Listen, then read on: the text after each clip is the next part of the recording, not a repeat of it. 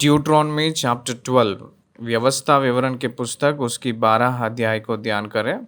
इस अध्याय में 32 वचन लिखा गया है।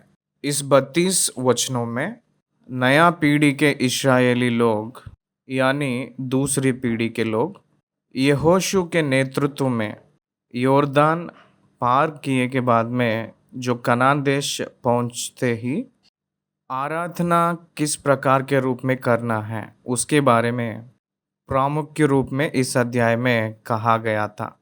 पहले वचन में आज्ञाओं को पालन करना है, इस नियमों को मानना है कहकर कहा गया था। दूसरी आयत से लेकर चौथी आयत तक मूर्ति की पूजन नहीं करना है कहकर कहा गया था। जैसे मूर्ति को करते हैं उस प्रकार के रूप में यहोवा को नहीं करना है कहकर कहा गया था। 5वीं आयत से लेकर 6वीं आयत तक मंदिर के स्थान को यात्रा करना है कहकर मंदिर में अर्पण होम बलि, मेल बलि, दशमांश और भेंट, मन्नत की वस्तुएं, स्वेच्छ बलि, गाय, बैल, भेड़, बकरियों का पहलौठे ले जाया करना कहकर कहा गया था। 7वीं वचन में परमेश्वर में सारी परिवार संतुष्ट रहे, जैसा परमेश्वर जो दिए हैं काम उसमें आनंद रहना है कहकर कहा गया था। 8वीं वचन में जो काम अपने मन को अच्छा लगता है, जैसे जिसको बाता है वो नहीं करना है कहकर और विश्राम दिन को पालन करना है कहकर बताया गया है। मिस्र देश में विश्राम नहीं है कहकर याद दिलाए थे। 9 आयत से लेकर 14 आयत तक जो नियुक्त किया गया हुआ स्थान में ही आराधना करना है कहकर कहा गया था। जहाँ चाहे तो वहाँ हम लोग बलिदान नहीं करना है कहकर कहा गया था। 5वीं आयत से लेकर 14 आयत तक जो वचन है उस भाग में 7 प्रकार जो प्रत्येक स्थान है वहीं बलियों को देना है कहकर कहा गया था। 7 बार कहा गया था। 15 से लेकर 18 तक वचन की भाग में भोजन के बारे में और उसकी विधि के बारे में कहा गया था। 19वीं वचन में लेवियों को ना छोड़ना है, उन लोगों को लिपटे रहना है कहकर कहा गया था। 20 से लेकर 27 तक वचनों के बीच में जानवरों का पवित्र और अपवित्र के बारे में वर्णन किया गया है। एक अलग किया गया हुआ अनुभव वहाँ कहा गया था। 28 वचन में आपके संतान को भलाई हुए जैसे आज्ञा को सुनना है चित्त लगाकर कहकर obedience to the commandments of God उसके बारे में कहा गया था। 29 आयत से लेकर 31 वचन तक जो सत्यानाश होने के लोग जो है उन लोगों के पीछे आप लोग नहीं जाना है, उनके पीछे पीछे होते हुए और उनकी देवताओं का उपासना करते हुए उन लोगों के जैसे आप लोग सत्यानाश नहीं होना है। उनकी जो देवताओं को जो बलिदान करते हैं वैसे आप लोग नहीं देना है कहकर कहा गया था। 32 वचन में हर एक आज्ञा को मानते हुए चलना है, किसी को भी बढ़ाना नहीं, किसी को भी घटाना नहीं इन बातों में, इन आज्ञाओं में कहकर कहा गया था। इस रीति से 12वीं अध्याय पूरा परमेश्वर की बातें हमें दिखाई देती हैं।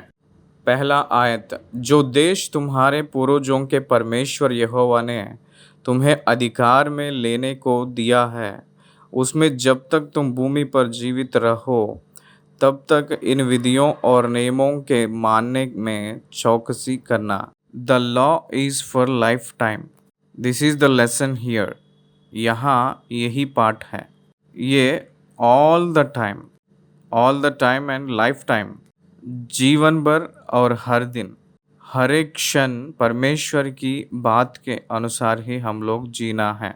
That is the constitution of the country.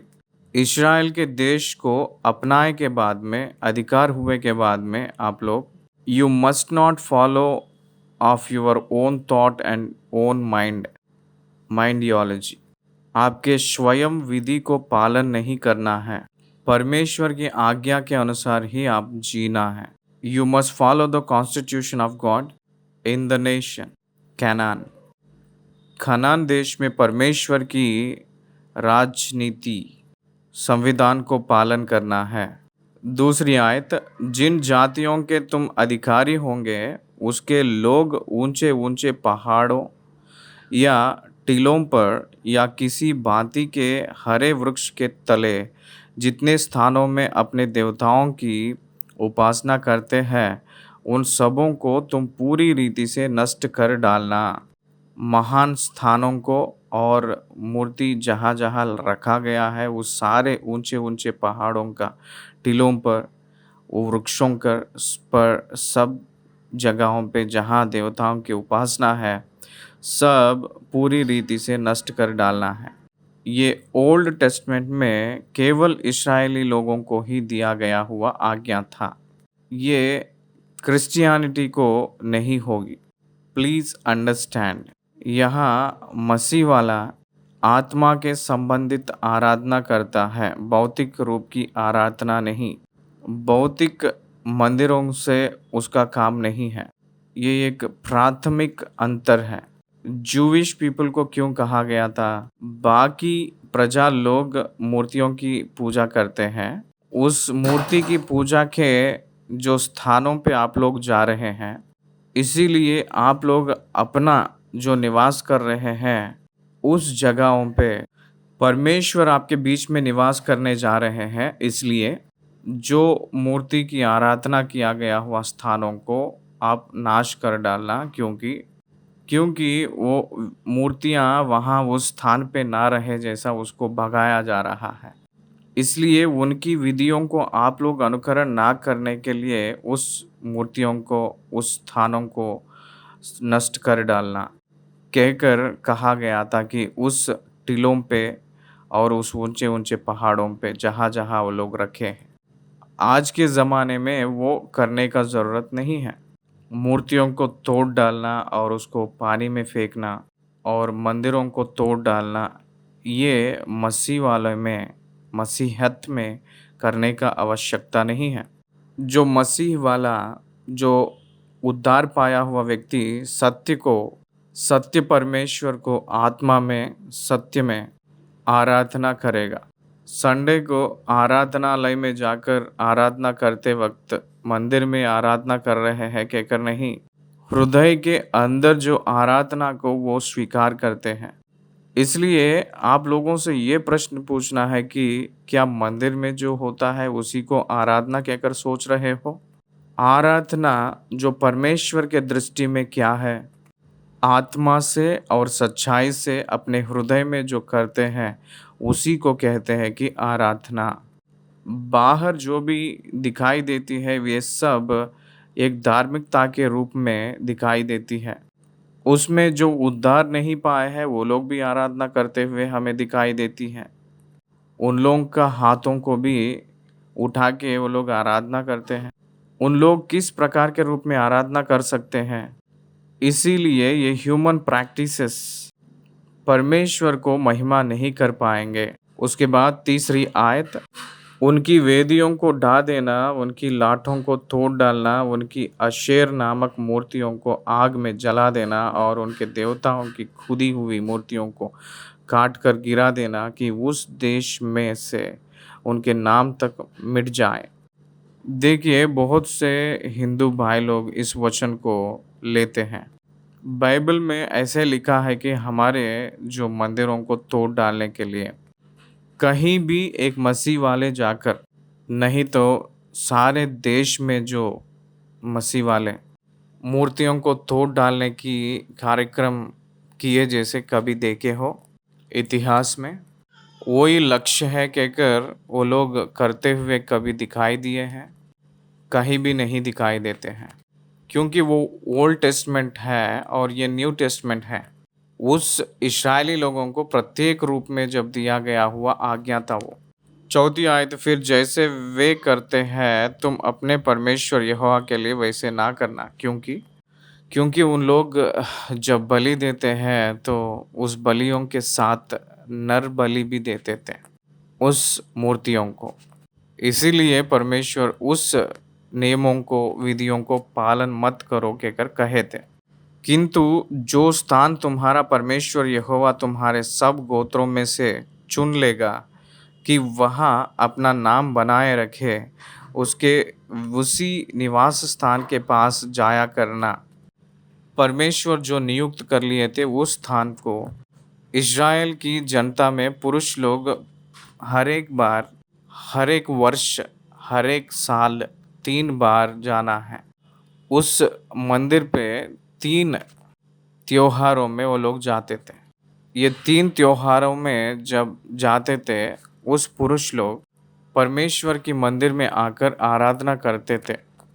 इसीलिए ये आज्ञा के रूप में दिया गया है, हर एक परिवार में, हर एक साल में 3 बार परमेश्वर के मंदिर पे, परमेश्वर के सम्मुख दिखाई देना है कहकर परमेश्वर की आज्ञा था।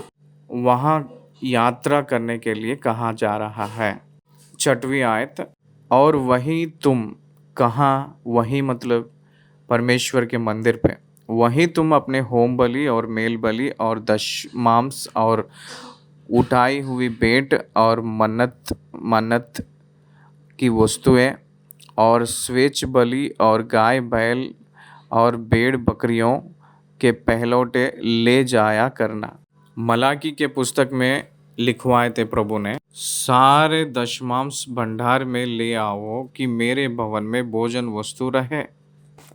लेवी लोगों को निज भाग नहीं है। अगर लेवी जीना है इस धरती पे, तो इस 12 गोत्र में 11 गोत्र के लोग ये जो सब ले आते हैं, होम बलि, मेल बलि, दशमांश, उठाई हुई भेंट, मन्नत की वस्तुएं, स्वेच्छ बलि, गाय बैल भेड़ बकरी पहलौठे के ले आते हैं, तो ये सब जो भी है इसी के द्वारा वो लोग जीवित रहेंगे, इस धरती पे जीवन जिएंगे। परमेश्वर जो नियुक्त किए थे, इसी विधियों के ऊपर लेवी ने जीना है, इस व्यवस्था के ऊपर ही चलना है कहकर कहा जा रहा है।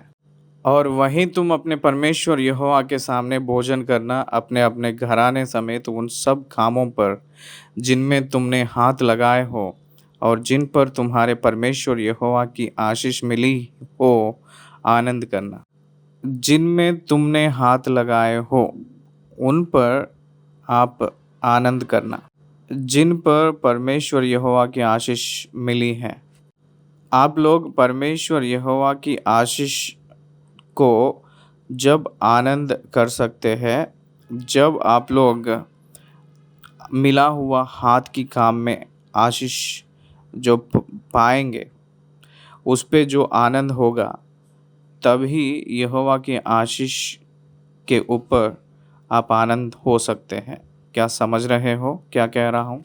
सरल रूप में कहना है तो आपके हाथों की कामों के ऊपर जो आशीष मिलती है, उस पे अगर खुश रहेंगे तो परमेश्वर की आशीष पर आप खुश रहेंगे। परमेश्वर जो दिए हैं काम, उस पे आप आनंद होना है।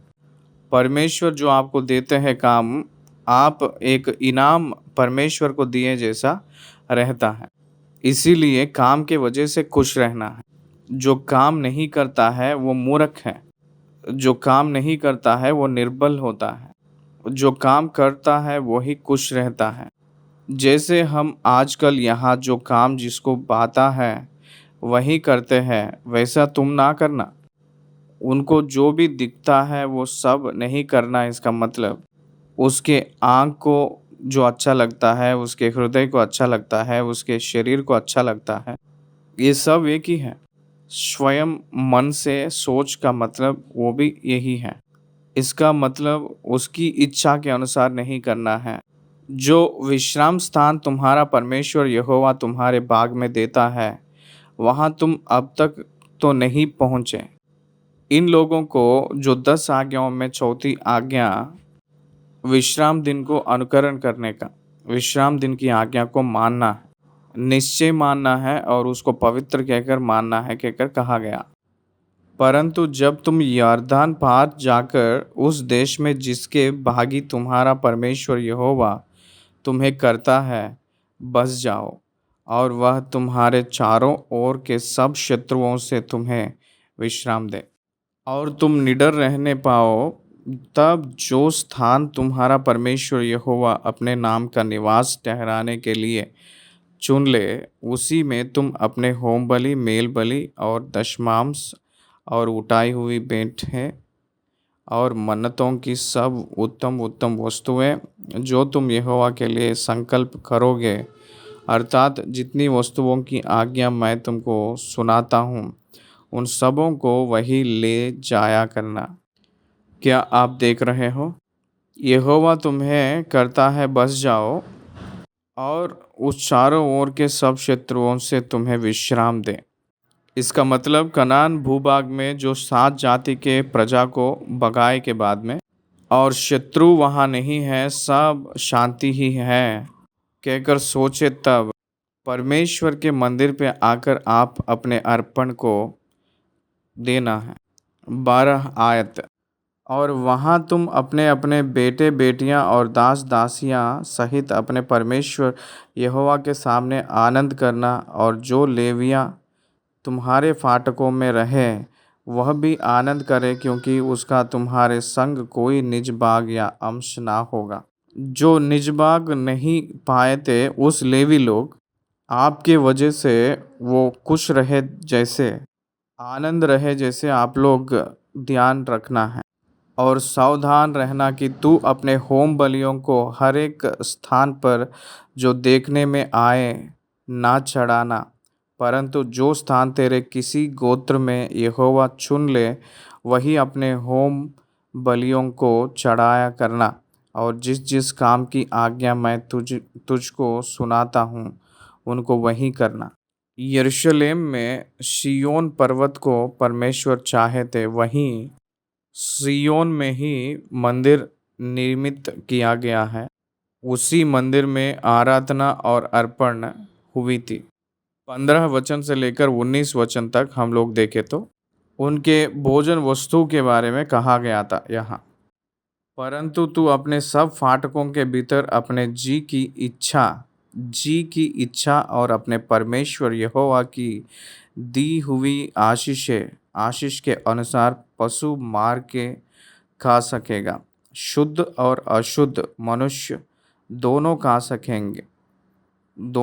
सकेंगे, जैसे कि चिकारे और हिरण का मांस, परंतु उसका लहू ना खाना, उसे जल के समान भूमि पर उंडेल देना।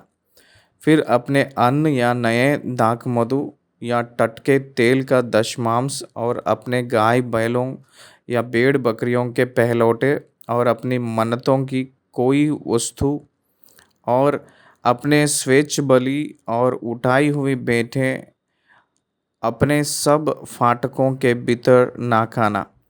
उन्हें अपने परमेश्वर यहोवा के सामने उसी स्थान पर जिसको वह चुने अपने बेटे बेटियां और दास दासियां के, और जो लेवियों तेरे फाटकों के भीतर रहेंगे उनके साथ खाना।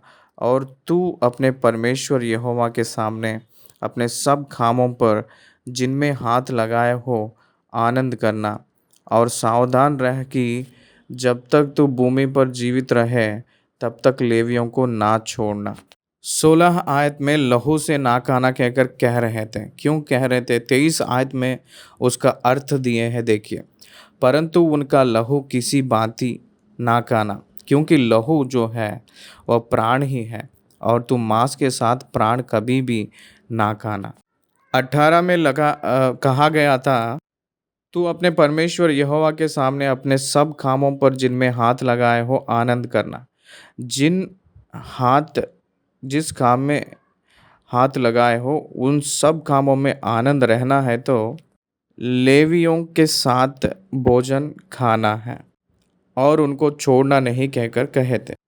आपके सारे देश में जैसे जब तक तू भूमि पर जीवित रहे तब तक लेवियों को ना छोड़ना। जो लोग चाहे 12 गोत्र के लोग, उन लोग अपने अपने खुद के काम कर लेते हुए और अपने खुद परिवार का देखभाल करते हुए मौन नहीं रहना है। मंदिर पे आना है और प्रत्येक रूप जो भेंट है और जो भी अर्पण देना है वो देना है। उन लोगों उस चीज़ों के साथ लेवी पालन पोषण होना है लेवियों का। उतना ही नहीं, जीवन भर लेवियों को साथ में लेकर चलना है और उनको पोषण करना है, कहकर कहा गया था। 20 आयत, जब तेरा परमेश्वर यहोवा अपने वचन के अनुसार तेरा देश बढ़ाए और तेरा जी मांस खाना चाहे और तू सोचने लगे कि मैं मांस खाऊंगा, तब जो मांस तेरा जी चाहे वही खा सकेगा। भोजन की वस्तुओं को परमेश्वर उन लोगों को प्रत्येक रूप में दिया गया है, क्योंकि उनका शारीरिक स्वास्थ्य बचने के लिए बाकी लोगों से भी उनका भोजन प्रत्येक रूप में दिखाई दिए जैसे, यानी वो लोग प्रत्येक लोग हैं कि अगर दिखाने के लिए उन लोगों को प्रत्येक देश जैसे बढ़ाए थे, जब दिए थे उस समय प्रत्येक किए थे। जो स्थान तेरा परमेश्वर यहोवा अपना नाम बनाए रखने के लिए चुन ले, वह यदि तुझसे बहुत दूर हो, तो जो गाय बैल भेड़ बकरी यहोवा ने तुझे दी हो, उनमें से जो कुछ तेरा जी चाहे उसे मेरी आज्ञा के अनुसार मार के अपने फाटकों के भीतर खा सकेगा। जैसे चिकारे और हिरण का मांस खाया जाता है, वैसे ही उनको भी खा सकेगा। शुद्ध और अशुद्ध दोनों प्रकार के मनुष्य उनका मांस खा सकेंगे, परंतु उनका लहू किसी भांति ना खाना, क्योंकि लहू जो है वह प्राण ही है, और तुम मांस के साथ प्राण कभी ना खाना। उनको ना खाना, उसको ना खाना, उसे जल के समान भूमि पर उंडेल देना। 25 आयत, तू उसे ना कहना इसलिए कि वह काम करने से जो यहोवा की दृष्टि में ठीक है, तेरा और तेरे बाद तेरे वंश का भी भला हो। देखिए, परमेश्वर की आज्ञा को पालन करने की वजह से भला होता है कहकर बता रहे हैं। 26 आयत, परंतु जब तू कोई वस्तु पवित्र करे या मन्नत माने, तो ऐसी वस्तुएं लेकर उस स्थान को जाना जिसको यहोवा का चुन लेगा। जिसको यहोवा चुन लेगा, यहोवा का नहीं, यहोवा चुन लेगा। और वहाँ अपने होम बलियों के मांस और लहू दोनों को अपने परमेश्वर यहोवा की वेदी पर चढ़ाना, और मेल बलियों का लहू उसकी वेदी पर उंडेल कर उनका मांस खाना। जो परमेश्वर यहोवा की वेदी पर जो भी बलि चढ़ाते हैं वो पवित्र रूप में गिना गया है। इन बातों को जिनकी आज्ञा मैं तुझे सुनाता हूँ, चित्त लगाकर सुन, कि जब तू वह काम करे जो तेरे परमेश्वर यहोवा की दृष्टि में भला और ठीक है, तब तेरा और तेरे बाद तेरे वंश का भी सदा भला होता रहे। इसका मतलब ओबीडियंस। इस वचन में ध्यान से देखेंगे तो तू वह काम करे जो तेरे परमेश्वर यहोवा की दृष्टि में भला और ठीक है। पौलुस भी नया नियम में रोमियों के पत्री 12 अध्याय की पहली आयत में यही कहते हैं। इसीलिए हे भाइयों, मैं तुमसे परमेश्वर की दया स्मरण दिलाकर विनती करता हूँ कि अपने शरीर को जीवित और पवित्र और परमेश्वर को भावत हुआ बलिदान करके चढ़ावो, यही तुम्हारा आत्मिक सेवा है। पौलुस ने जो भी कहे थे वही हम लोग यहाँ भी देख रहे हैं। परमेश्वर के दृष्टि में जो भला है ठीक है वही करना है कहकर कह रहे थे। ये सब बहुत ध्यान से सुनना है कहकर कह रहे थे, चित्त लगाकर। उसके बाद लिखा है, तब चित्त लगाकर सुनकर, जो प्रभु के बातों में मन लगाकर सुनकर और जो काम प्रभु के अंडर पे भला और ठीक होता है वो करेंगे, तब तेरा और तेरी बाद जो आने वाली वंश भी सदा भला रहते हैं। Hallelujah, glory to God. 29 आयत, जब तेरा परमेश्वर यहोवा उन जातियों को जिनका अधिकारी होने को तू जा रहा है तेरे आगे से नष्ट करे, और तू उनका अधिकारी होकर उनके देश में बस जाए, तब सावधान रहना, कहीं ऐसा ना हो कि उनका सत्यानाश होने के बाद तू भी उनके समान फंस जाए।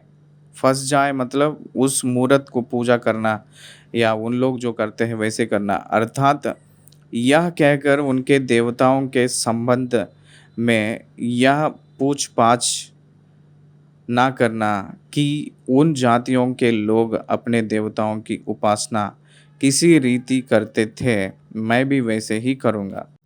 तू अपने परमेश्वर यहोवा से ऐसा व्यवहार ना करना, क्योंकि जितने प्रकार के कामों से यहोवा घृणा करता है और बैर भाव रखता है, उन सबों को उन्होंने अपने देवताओं के लिए किया है। यहाँ तक कि अपने बेटे-बेटियों को भी वे अपने देवताओं के लिए अग्नि में डालकर जला देते हैं। इसका मतलब नर बलि परमेश्वर नहीं चाह रहे हैं कहकर हम लोग को समझ आती है इस वचन से। जितनी बातों की मैं तुमको आज्ञा देता हूँ, उनको चौकस होकर माना करना और ना तो कुछ उनमें बढ़ाना और ना उनमें से कुछ घटाना। परमेश्वर की बातों में एक भी नहीं जोड़ना है, एक बात भी घटाना नहीं। वैसे जोड़ेंगे या घटाएंगे तो महामारियाँ उत्पन्न होंगे कहकर कहे थे।